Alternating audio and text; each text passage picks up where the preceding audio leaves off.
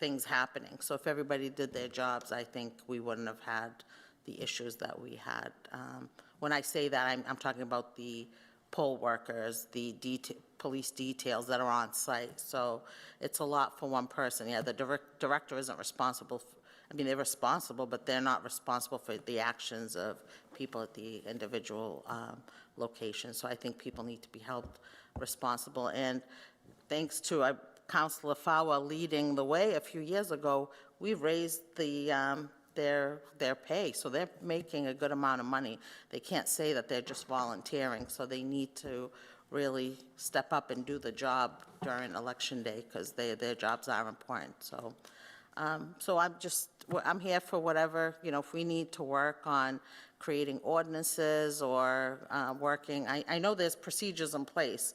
I think people just need to make sure they're doing their job at the polling locations. I agree with you.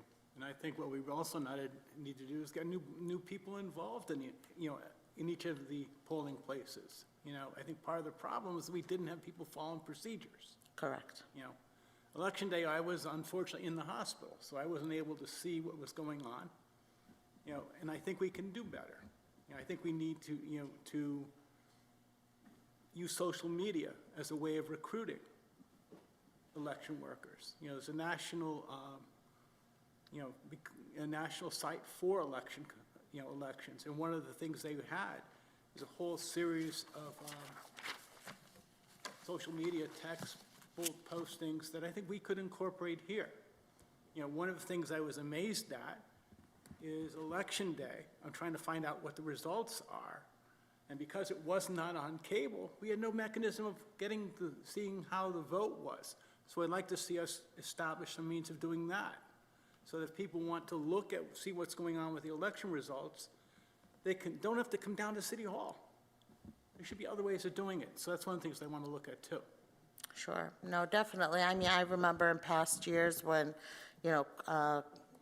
BCA had a person at each location getting the results at the same time that people were getting results, or they would be here at City Hall, when things came in. But yeah, this last election, we weren't too happy with the way it went with BCA, but that's another story.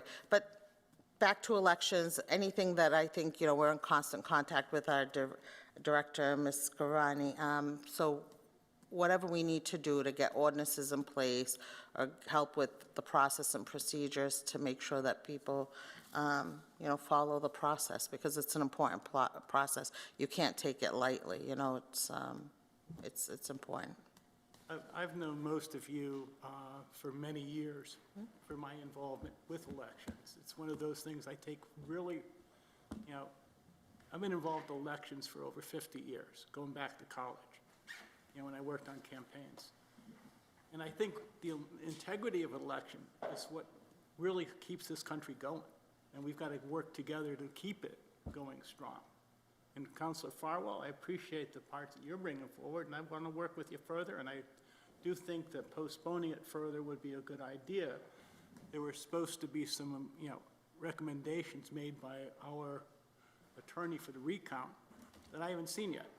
And I'd like to see what they were. They were supposedly being sent to the city solicitor, and I'm not sure if they've received them yet.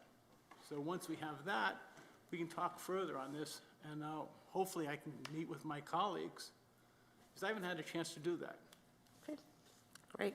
Well, thank you, Mr. Kelly. Thank you again for being here. Thank you, Mr. Chairman. Thank you, Counselor. Counselor Charnel. No, I was just going to mention that I thought there was a report that was going to be sent to the council. So I think my colleague, Councilor Farwell, once we get all that information, we can have the commissioners come and, then see what the findings really were. Just one quick question. What was one thing that you felt went well? Because we're talking about all stuff that didn't. What did you feel that went well on Election Day that You were elected. Oh, my goodness. I think overall, having the new people be elected, having the involvement with the candidates involved, I always like to see new folks step forward and come in, get involved in the political process. I ran for school committee in Ward 3 many years ago. And I know what it's like to knock on doors and try to sell yourself on it. So I like people going forward and doing that. You know, I think that, you know, as I said, I was in the hospital. Yeah. So I really couldn't speak firsthand through what was going on. I'm in Mass General, I'm trying to figure out what's going on, you know, and it's pretty hard to do. You know, when you can't talk Yeah. to people and there's no election results on TV, what do you do? Yeah, but I do want to thank you for serving on the commission, because, you know, as a former commissioner, it's like thankless work. You get beat down and blamed for a lot that, you know, is relatively sometimes out of your control because, you know, you're working on commission and employing a bunch of people to work on behalf of the election department, training, and I'm sure doing orientation. And when things don't go as well, you know, you get the brunt of the blame. But I want to, you know, really say thank you to all the commissioners, you know, for, you know, devoting their time and their talent to, and again, I think we'll get beyond this and it'll be, you know, the process will only improve with due time. Well, thank you. One of the things that concerns me is we're going to need more people because, you know, same-day voter registration is coming up. You know, there's a Globe had an article about today, about Galvin's in favor, you know, Secretary Galvin's in favor of it. And that's something that we have to train people and be ready for. You know, it's funny that many years ago when I was chair of the Democratic City Committee, I was asked to speak, you know, to write an article for the Globe did. I am in favor of same-day voter registration and have been for many years. We got to accept it and get ready to do what other states are doing. Thank you, Commissioner. Counselor, do you still have questions? No. Okay. Didn't want to step in. So just quickly, if we do make a motion to postpone, we need a date certain for that, correct? Point of inquiry, yeah, we would need a date certain for that. I don't know if Counselor Farwell has anything in mind. Second FinCom in March. Second FinCom in March, all right, but there is no motion made right now, and I'm going to call on Counselor Green. He had his hand up. So that was actually my intent, to make a motion to postpone to the, I'm going to go with what Councilor Farrell said, to postpone to the next FinCom meeting in March. Second. Yeah, the second FinCom meeting in March. And I also think it's important that we have legal counsel as a part of those invited guests, as well as the executive director. Perfect. And we can Second. add- we Second. can add those to the list. Before you vote on this, I would On the like to say motion, that Madam Director. I'm sorry, the commissioners don't actually meet until April. I think that it would be best if they met and talked amongst themselves before coming before council. That's fine. Okay, can they get a schedule, through the chair, couldn't they schedule a meeting before April? Yes. Yes. No. If not, I don't think Councilor Green and I would object to postponing it to April, but it would seem to I me would that maybe suggest the April. councilors could get, the commissioners could get together, right? I would suggest that we wait until April on this, because, you know, I want to see the report, you know, that if there's something being sent to city solicitor, I want to see a copy of what their recommendations were. Well, it looks like April 6th then would be the first FinCom in March, and April. When is the meeting in April? April 6th. We have to establish it. Okay. And April 6th would be the first FinCom. All right. Counselor Green, the motion, you made the motion. The floor is yours. You know, we can keep it or we can move it. Seek to modify it to Yeah. 6th, if so chose. It hasn't been seconded yet, so we can modify it. Okay, so I will modify to April 6. 6th, Finance Committee. Okay. Finance Second. Committee meeting. So Second. Motion made and seconded. Motion's been properly made and seconded. All in favor? All opposed? The matter is postponed. Thank you, Commissioner. Thank you, Director. Councilors, that is, I promise, the end of the agenda. Moments of personal privilege, Counselor Azak. Thank you. I'd like to announce that we will be having an ordinance meeting on Tuesday, February 10th at 5:30 PM here in council chambers. On another note, I would like to invite everybody on February 16th to the Toy Box Play Zone up at Westgate Mall. There will be an official ribbon cutting at 10 a.m. All are welcome to attend. It's going to be a fun-filled day with balloons and balloon art and a lot of family fun from 12 to 6 p.m. But the ribbon cutting is at 10 a.m. at the Toy Box Play Zone, Westgate Mall. Thank you very much. Thank you, Mr. Chairman. Thank you, Counselor. Any other moments of personal privilege? Seeing none, we are adjourned.